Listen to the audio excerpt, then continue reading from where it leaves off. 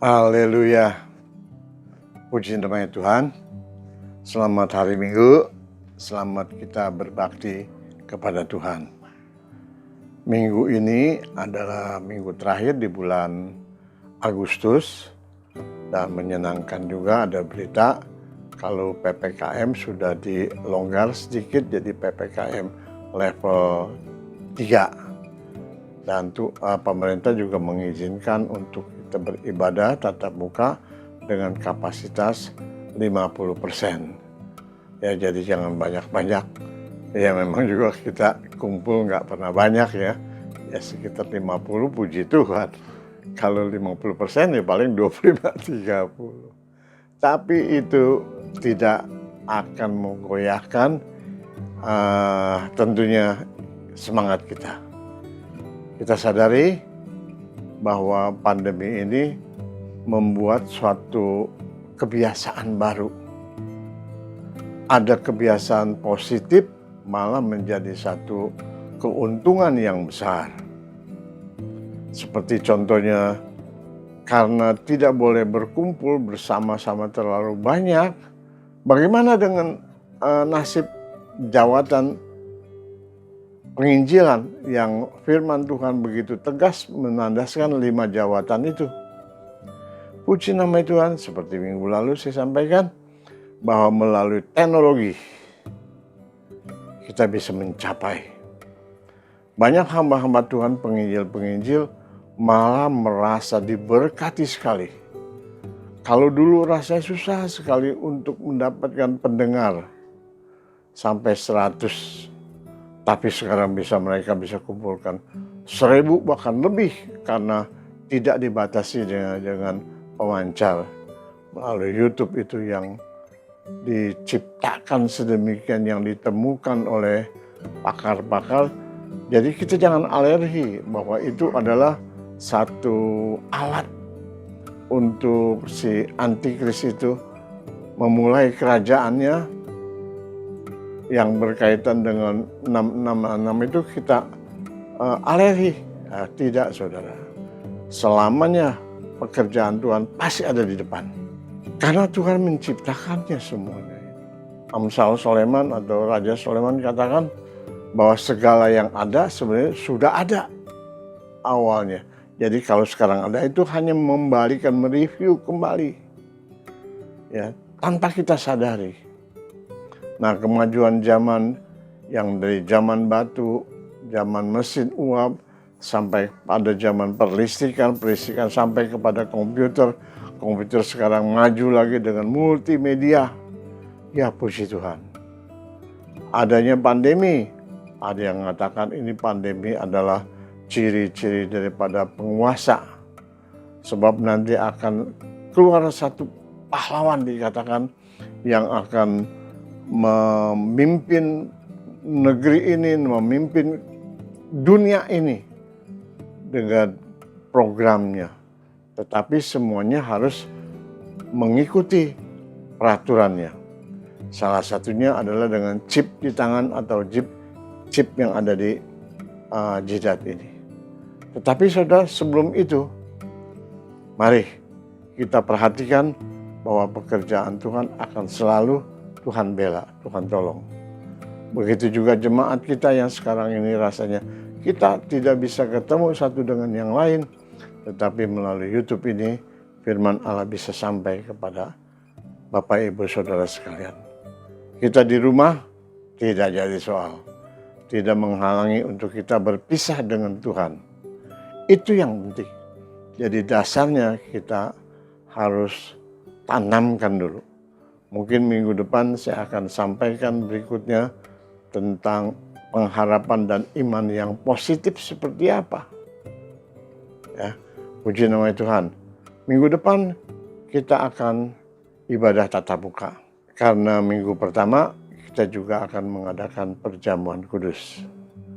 Jadi melalui kesempatan ini, mari kita siapkan diri bahwa minggu depan kita akan ibadah dengan tatap muka disertai dengan perjamuan suci. Jangan tinggalkan saudara. Ada beberapa jemaat yang mestinya memberikan kesaksian tentang perjamuan kudus melawan COVID-19 ini. Puji nama Tuhan. Jadi minggu depan kita ibadah tatap muka di gereja. Kita tundukkan dulu kepala dan kita berdoa kepada Tuhan. Tuhan Yesus, Allah Bapa kami dalam sorga, yang kami puji senantiasa karena kebaikan-Mu, karena kebaikan-Mu Tuhan yang melimpah, karena Tuhan juga adalah sumber kehidupan dan keselamatan kami. Tempat kami bersandar, tempat kami berlindung. Pagi hari ini Tuhan, kami membawa seluruh kehidupan kami. Kami siapkan pendengaran kami siapkan hati kami sediakan seluruh kehidupan kami untuk Tuhan isi dengan firman Allah. Mari Allah Roh Kudus, Tuhan tolong. Biarlah ibadah kami dari awal sampai akhir, pimpinan kuasa Roh-Mu bekerja. Apapun yang kami kerjakan, siapkan dengan keterbatasan kemampuan kami. Kami tahu campur tangan Tuhan yang sempurna yang akan mengerjakan gereja-Mu, yang akan menjadikan umat-Mu tetap kuat di dalam mempersiapkan diri sebagai gereja Tuhan di akhir zaman. Terima kasih Tuhan Yesus. Firman Allah sebentar kami dengarkan. Engkau juga yang mengurapi akan hamba-Mu, Bapak Timotius Nugroho, yang sudah mempersiapkan dirinya sedemikian rupa dari kesibukan pekerjaannya, dari keterbatasan pengalaman teknologinya, tetapi hatinya penuh dengan sukacita, mau memberikan dan mempersembahkan apa yang dapat diberikan kepada Tuhan. Terima kasih Tuhan Yesus, terima kasih. Kami mulai ibadah kami dan kami mengucap syukur dalam nama Tuhan Yesus Kristus. Haleluya. Amin. Sebelum kita mendengarkan firman Tuhan, saudara, mari kita dengarkan dulu nyanyian atau pujian. Sementara kita siapkan juga hati kita, ikuti pujian nyanyian ini. Saudara bisa bergumam, saudara bisa menyanyi dengan bebas. Satukan, arahkan mata rohani kita kepada kebenaran firman Allah. Sebab apabila ada 2-3 orang yang bersehati, Tuhan hadir di tengah-tengahnya. Puji Tuhan, mari kita dengarkan dulu sebentar pujian ini.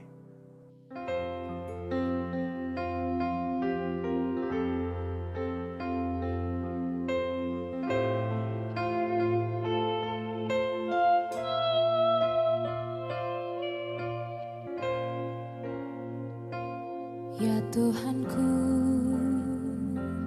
aku hendak bernyanyi bagi-Mu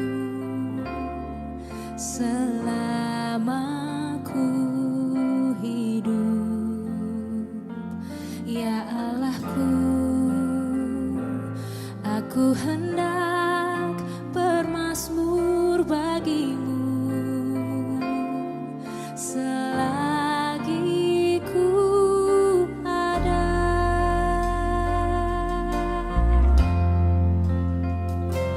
Ya Tuhanku,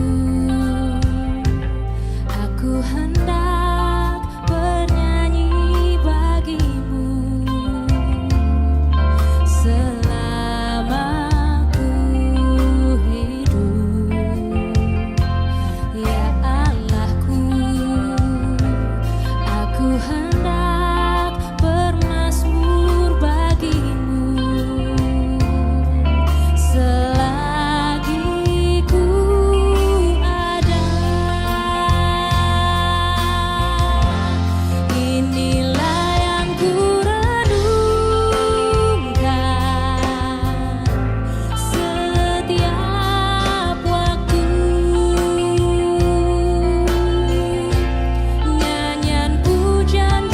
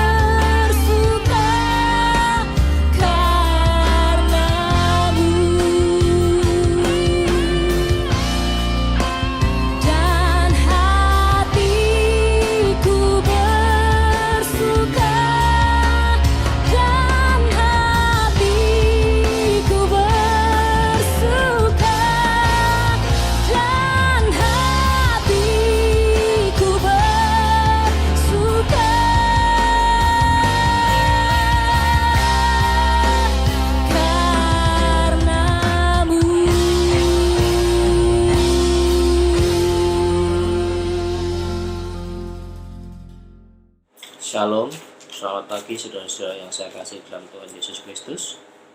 Kembali kita berjumpa lewat ibadah online pada saat pagi hari ini. Saya berterima kasih pada Bapak Gembala Sidang yang telah memberikan kesempatan pada firman Tuhan. Dan sebelum lebih lanjut kita mendengarkan firman Tuhan, mari kita sama-sama berdoa kepada Tuhan.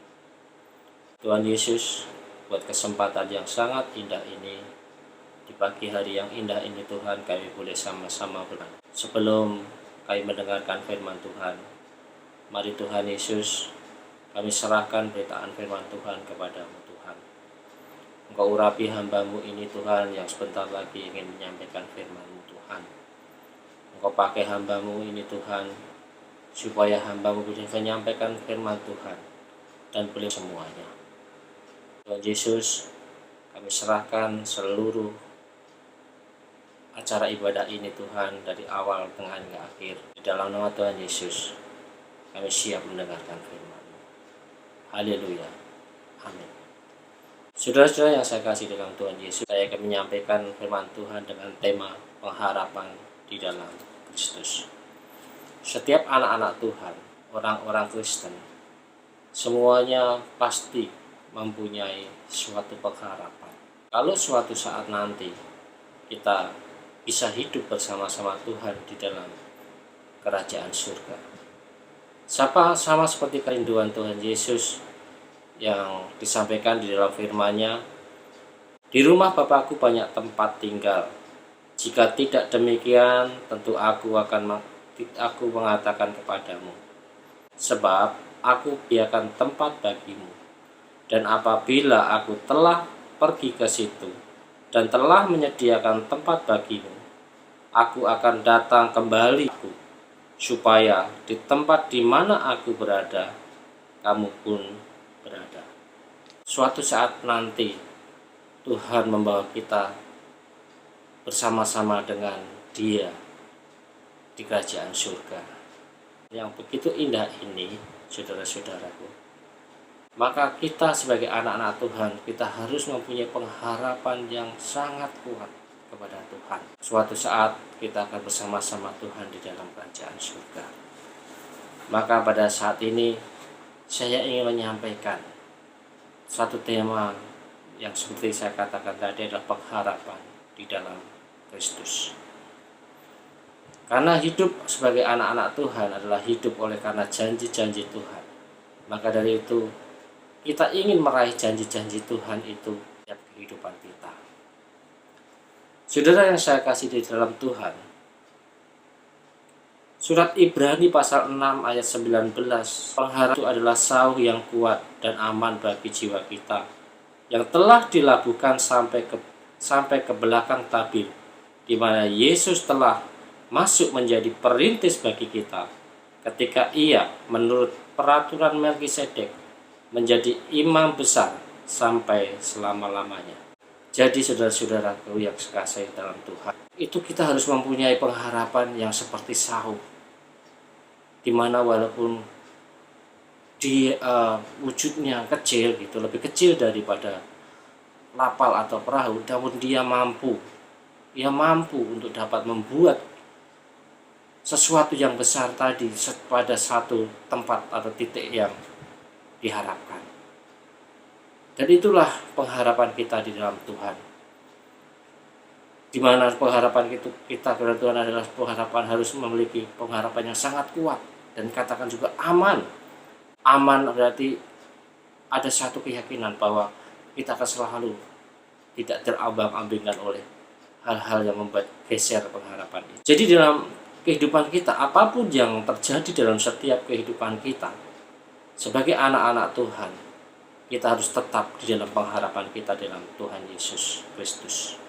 Di dalam kita memiliki pengharapan dalam Tuhan Yesus Kristus, tentunya kita harus memiliki suatu keyakinan bahwa kita akan tetap di dalam pengharapan itu, saudara-saudaraku. Saya perhatikan di dalam hal ini ada 3 hal yang dalam pengharapan itu. Yang pertama adalah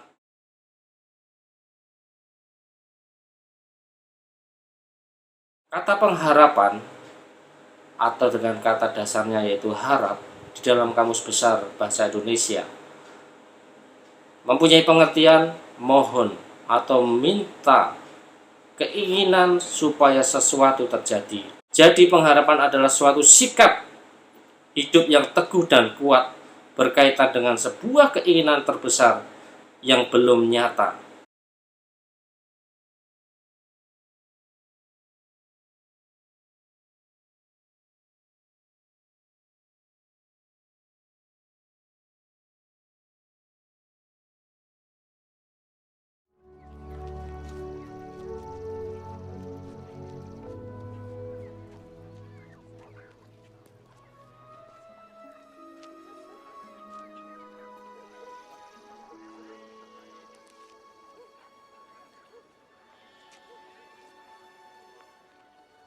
Master, who did sin?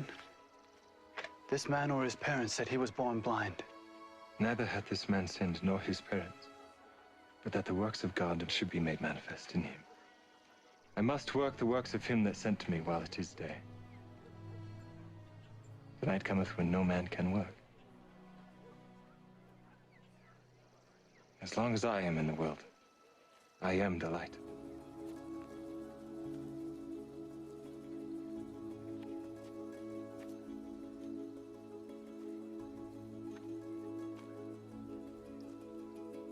Thou hast both seen him,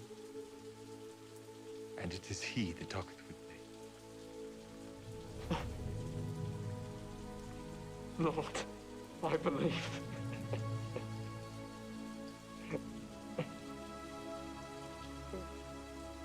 A judgment I am come into this world that they which see not might see,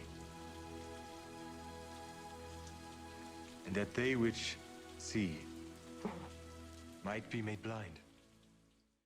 Mari saudara-saudaraku, kita akan pegang pengharapan kita di dalam Tuhan Yesus Kristus. Kerinduan kita untuk suatu saat nanti kita akan boleh menerima janji-janji Tuhan di dalam kerajaan surga bersama-sama dengan Tuhan. Itu juga merupakan kerinduan daripada Tuhan Yesus sendiri.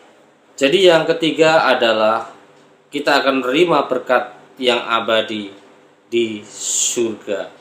Di dalam firman Tuhan 1 Petrus pasal mengatakan untuk dapat menerima bagian yang tidak dapat binasa, yang tidak dapat cemar, dan yang tidak dapat layu yang tersimpan di surga bagi kamu. Pengharapan dalam Kristus meneguhkan dan menghibur kita bahwa pada masa yang akan datang, yaitu di dalam kerajaan surga, kita akan menerima berkat yang abadi. Berkat abadi adalah berkat yang tidak dapat binasa, yaitu dan bentuknya tetap dan kekal, serta tidak akan hilang. Berkat yang tidak dapat cemar, artinya bentuknya murni, tanpa cacat. Berkat yang tidak dapat layu, artinya menyegarkan, penuh sukacita, penuh damai sejahtera, yang membuat orang-orang percaya tidak menyerah dan terus hidup di dalam pengharapan di dalam Kristus yang tidak akan mengecewakan kita. Mari kita akan senantiasa berpengharapan kuat di dalam Tuhan, karena di dalam janji yang sangat indah di dalam firman Tuhan 1 Petrus pasal 1 ayat 4. Untuk mengakhiri firman Tuhan, mari kita akan sama-sama berdoa kepada Tuhan. Tuhan Yesus yang baik, Tuhan Yesus yang sangat mengasihi kami. Kami bersyukur kepadamu Tuhan atas firman-Mu yang indah pada saat pagi hari ini, di mana firman-Mu mengajarkan kepada kami supaya kami memiliki pengharapan yang kuat. Tuhan, pada saat ini Tuhan, kami rindu sekali. Biarlah pengharapan kami di dalam Tuhan sungguh-sungguh boleh merupakan pengharapan yang sangat kuat di dalam Engkau Tuhan. Karena di dalam pengharapan itu mengandung janji Tuhan yang begitu indah di dalam setiap kehidupan anak-anak-Mu ya Tuhan. Tuhan Yesus, biarlah apapun yang terjadi di dalam kehidupan kami anak-anak Tuhan, biarlah kami tetap setia di dalam pengharapan kami. Terima kasih Tuhan Yesus, terima kasih. Biarlah kami tetap setia di dalam pengharapan kami. Terima kasih Tuhan Yesus, terima kasih. Kebenaran firman-Mu biarlah menyegarkan seluruh kehidupan kami ya Bapa. Di dalam nama Tuhan Yesus. Haleluya. Puji nama Tuhan. Ya, kita sudah mengikuti penyampaian firman Allah. Sekalipun rekamannya yang Pak Nugroho katakan mendapatkan kesulitan. Sudah 3 pagi dia siapkan, 3 subuh dia persiapkan untuk rekaman ini. Tetapi ada saja halangan rintangan yang membuat tidak sempurna di dalam rekaman dan rekaman ini. Tetapi tidak jadi soal. Yang penting kita mendapatkan pesan kebenaran firman Allah. Yang diambil tadi kita bisa baca di dalam kitab Ibrani. Ibrani pasal 6 ayat 19. Pengharapan itu adalah sauh yang kuat dan aman bagi jiwa kita yang telah dilabuhkan sampai ke belakang tabir.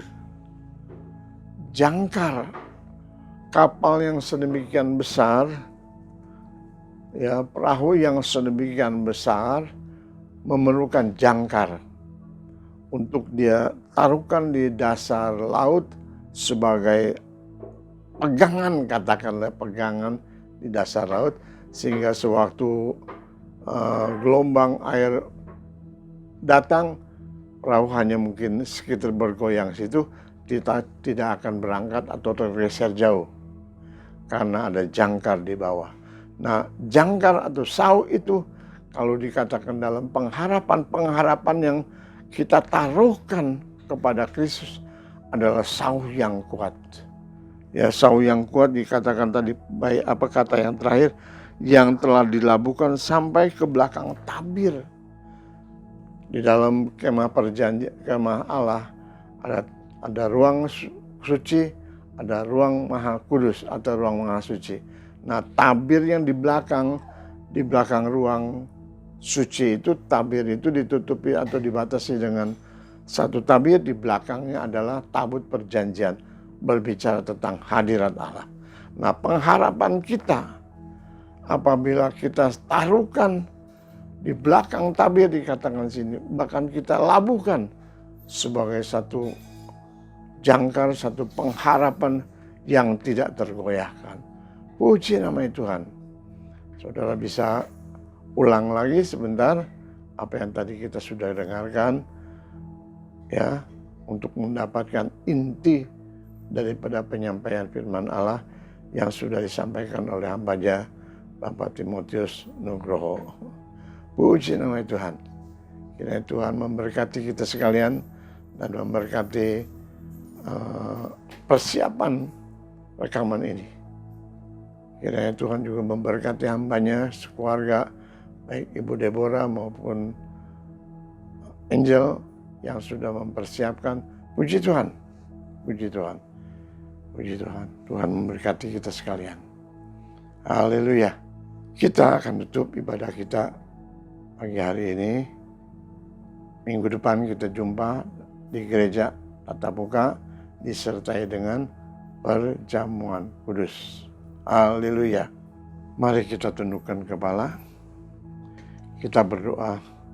Allah damai sejahtera menguduskan kamu seluruhnya, dan semoga roh, jiwa, dan tubuhmu terpelihara sempurna dengan tak bercacat pada kedatangan Yesus Kristus Tuhan kita.